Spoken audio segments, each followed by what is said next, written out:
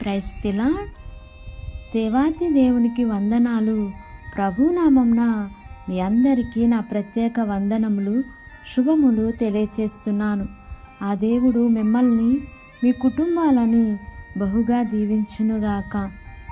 ఈ దినము కొరకై ఏర్పాటు చేయబడిన దేవుని వాగ్దానము యెషయా గ్రంథము 49వ అధ్యాయము 15-16 వచనాలు.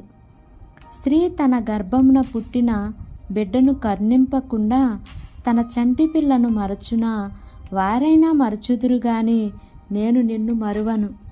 చూడుము, నా అరచేతుల మీదనే నిన్ను చెక్కి ఉన్నాను. దేవునికే మహిమ కలుగునుగాక. చూడండి నా ప్రియ సహోదరుడా, సహోదరి, ఈ ఉదయకాల సమయంలో దేవుడు నీతోనే మాట్లాడుతున్నారు. స్త్రీ తన గర్భమున పుట్టిన బిడ్డను కరుణింపకుండా చంటి పిల్లను మరచునా అని అంటున్నారు దేవుడు.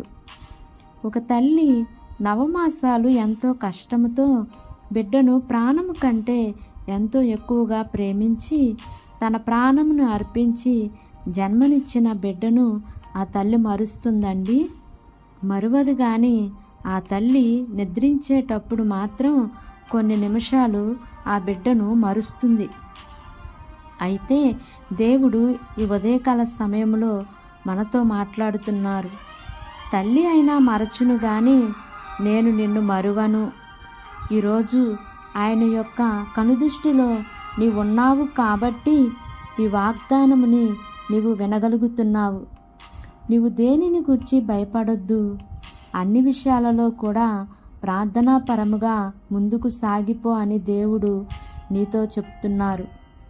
చూడుము, నా అరచేతుల మీదనే నిన్ను చెక్కి ఉన్నాను.